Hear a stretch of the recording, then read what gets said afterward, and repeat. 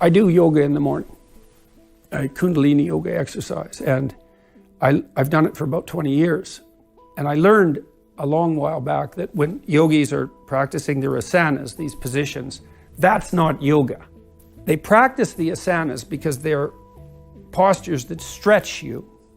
And then once they get to master them, they basically do an exploration of their body for places of discomfort and use the asanas to heal. And you might say, well, what do you mean heal? And well, my experience is that if I move my head, for example, down like this, I'll have a pain manifest itself in my back where I'm tight. And then I can pay attention to that and loosen the musculature, and then the pain will disappear. And as I've been recovering from my last illness, I've been doing this quite a bit because my body is full of knots and pain of all sorts, and I can explore them and do something with them. And I actually think we can also do that to each other to some degree. We do that. Massage therapists are very good at that. And I think it's part of an elaborated grooming knowledge. But what that means is that internally, at least, whatever my consciousness is can apprehend these places of trouble that are physiological. Yes. And that I can explore them. And the question is, well, how deep depth? First of all, what is that exploratory capacity? And then how far down can you go? You know, when you do those yoga poses, that's not yoga. That's training for yoga. It's like, imagine that you go to a dance studio and they teach you moves. That's not dancing.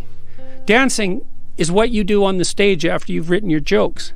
And yoga is what you do with your body after you've mastered the poses. Because it's all spontaneous. And so when my wife and I do Kundalini Yoga in the morning, it's a series of flexion exercises and breathing. But mostly what it is, so maybe one is rotation of the head. But you're paying attention. It's like, okay, oh, my back hurts there. Okay, I'll move my head back and forth a little bit.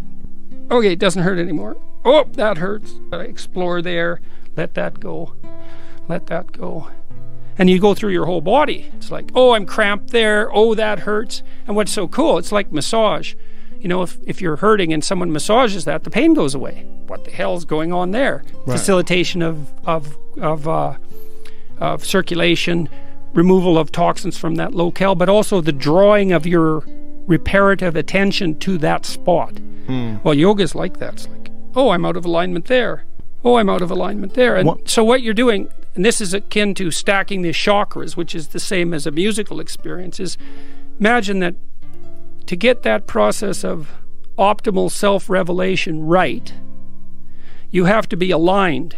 Atoms aligned with the molecules above them, the molecules aligned in the cells aligned in the musculature, the muscles aligned in the body aligned with the environment, broadly speaking, all stacked up. That's the cosmic tree, by the way. That's the tree the shaman climb up and down in the psychedelic experience. That cosmic tree that unites levels of being. We can climb that with our consciousness. We do it all the time. If you're writing a book, you concentrate on the word or the paragraph or the whole chapter. You know, and when we're conversing, I could concentrate on each word or the phrase or the sentence or the context, or I could look around the room, up and down these levels of analysis. In yoga, you're trying to get your body psychophysiologically aligned so communication between all those levels isn't interfered with unnecessarily. And then that opens you up, in some sense, to the possibility of speech emanating from the depths. That would be one way of thinking about it. This process of alignment makes everything into the equivalent of a psychedelic experience, like everything, because part of the manifestation of the truth is a consequence of the alignment of these levels. It's like, that's what we mean when we talk about someone having integrity or being authentic. It's like they're the same all the way down. And not only that, they're where they are completely. So not only are they aligned internally, they're aligned with everything that's happening around them. And you know this perfectly well. You're a master at it, because otherwise you wouldn't be where you are. The fact that you can focus your attention almost completely on the current conversation means that the conversation becomes deep. And that's obviously manifesting itself in a psychedelic way in your existence. It's like, what the hell, Joe? Like, who the hell are you?